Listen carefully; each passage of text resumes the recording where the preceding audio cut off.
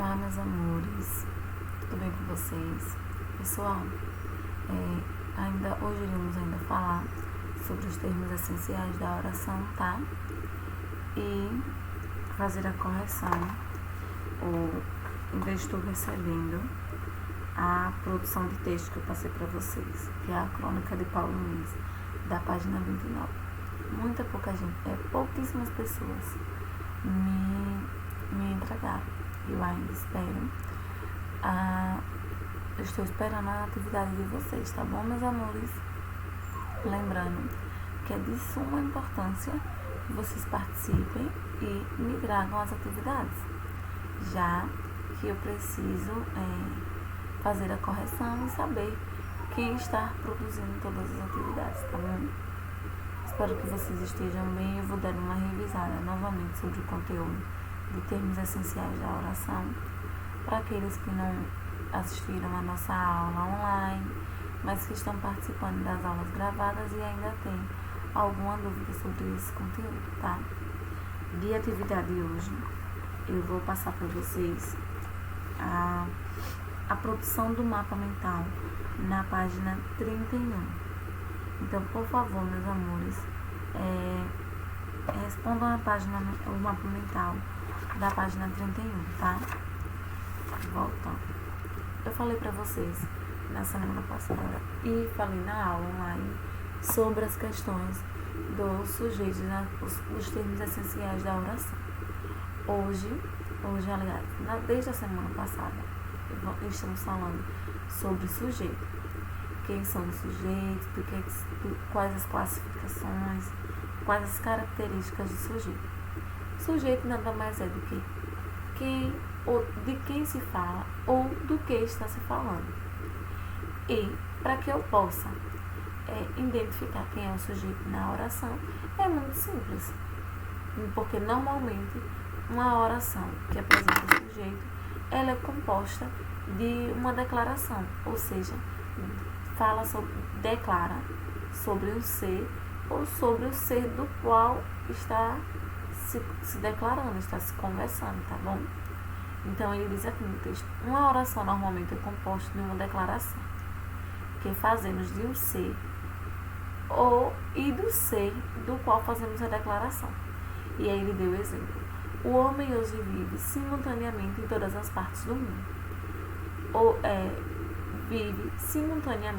Hoje vive simultaneamente em todas as partes do mundo. É uma declaração. Então eu estou declarando algo do sujeito. Se eu digo que hoje vive simultaneamente em todas as partes do mundo, quem é o sujeito? O homem. Tá, meus amores?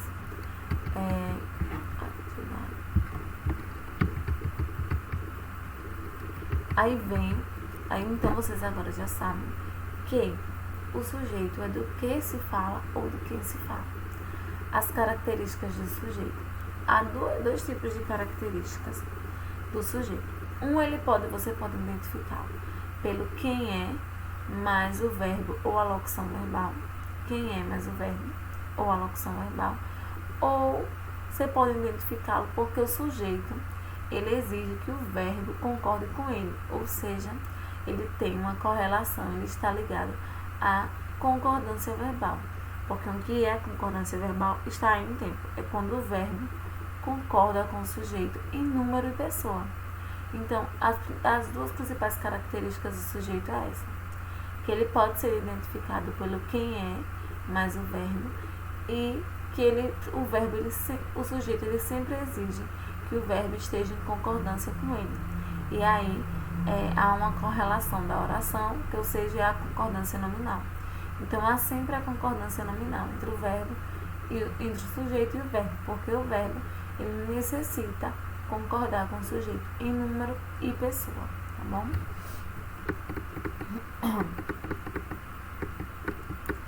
Classificação do sujeito. Gente, o sujeito ele pode ser determinado de várias maneiras. E temos 5 tipos para poder classificá-los como sujeito, tá bom? Temos o sujeito determinado simples, sujeito determinado composto, sujeito oculto ou elíptico, tá? sujeito indeterminado e a oração sem sujeito, também conhecida como sujeito inexistente, tá?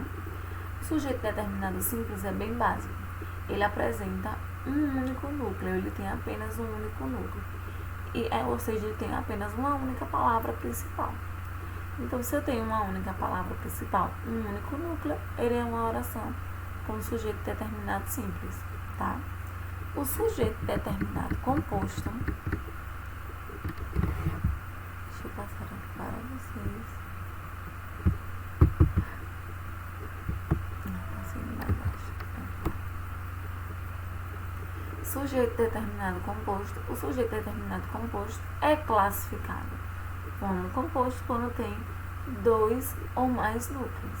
Um exemplo que ele retirou daquele texto que falava sobre a unanimidade, ele retirou o rádio, a televisão, o rádio, a televisão e o telex são células nervosas desse imenso organismo.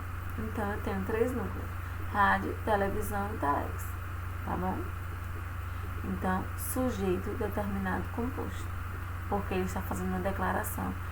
Quem são as células nervosas desse imenso organismo? O rádio, a televisão e o telex, tá? Sujeito determinado elíptico, oculto ou desinencial. Você pode chamá-lo de sujeito desinencial, sujeito oculto ou sujeito elíptico, tá? É aquele sujeito que ele não está explicitamente apresentado na oração, mas pode ser reconhecido por causa por causa da desinência que o verbo emprega, que o verbo sempre emprega.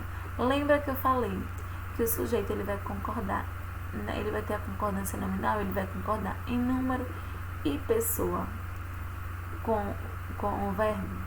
Então, no sujeito elíptico, o sujeito ele não aparece explicitamente na oração, mas devido à desinência do verbo apresentado, devido à desinência que se apresenta ao verbo, é possível identificar na oração o sujeito. Então, ele deu exemplo assim: estamos envolvidos por tudo e por todos. Então, quando ele diz estamos utilizando a primeira pessoa do plural, porque o verbo está quando está utilizando a desinência nós. E estamos indica primeira pessoa do plural. E quem é a primeira pessoa do plural? Nós. Então, nós estamos envolvidos por tudo e por todos. Então, se vocês observarem, o sujeito determinado elíptico, ele não se apresenta explicitamente na oração, mas ele pode ser reconhecido por causa da desinência que o verbo apresenta, tá bom?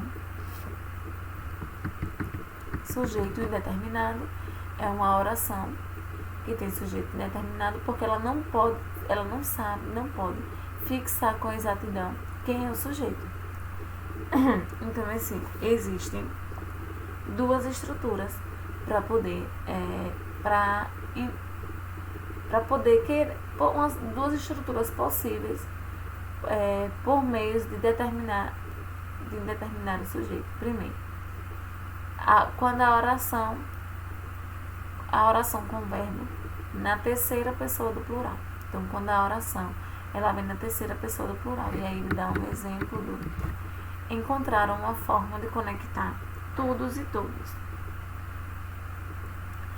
Mas nem sempre, eu vejo em tempo aí, nem sempre o fato do verbo estar na terceira pessoa do plural indica necessariamente de que o sujeito seja determinado.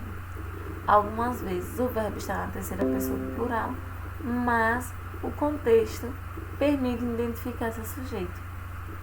Então, o exemplo anterior foi: encontraram uma forma de conectar tudo e todos. E aqui no em tempo ele colocou: os povos do mundo já não estão só.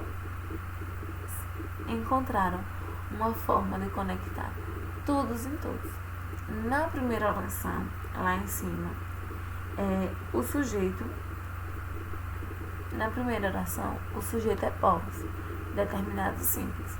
Então, na segunda, sendo sujeito eles, a classificação é determinada por ele, pois não pode ser identificado pelo contexto.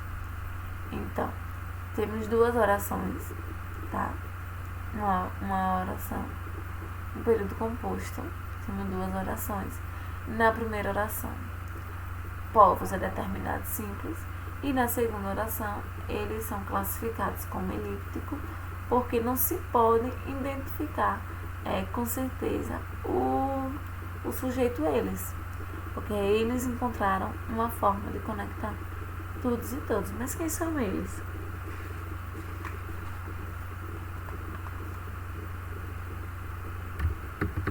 Deixa eu passar aqui.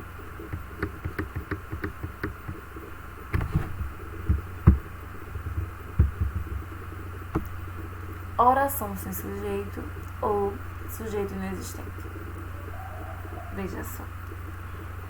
No nosso idioma, na língua portuguesa, alguns verbos, eles apresentam uma particularidade sintática, ou seja, eles não admitem sujeito. E esses verbos são denominados de impessoais. E é a partir desses verbos que não admitem sujeito que se formam as orações sem sujeito. Então, são considerados verbos impessoais aqueles que denominam fenômenos da natureza, tais como nevar, relampejar, trovejar, garoar, tá bom? Aí no em tempo tem. Os verbos impessoais, como não tem sujeito, ficam sempre na terceira pessoa do singular.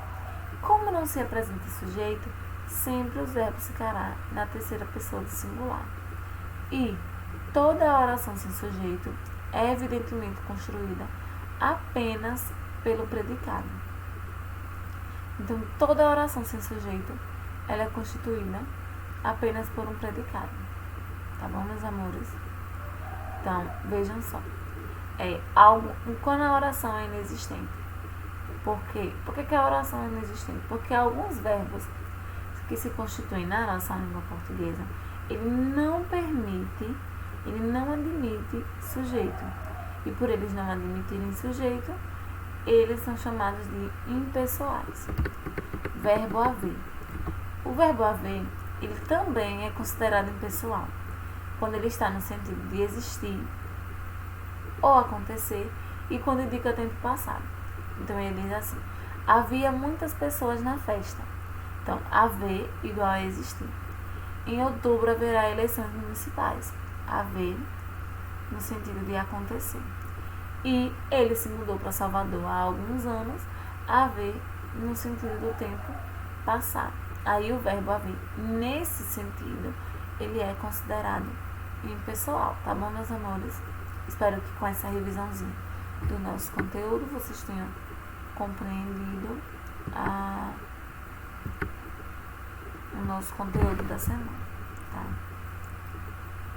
E aqui na página 32, 31, aliás, vocês produzam o mapa mental, tá?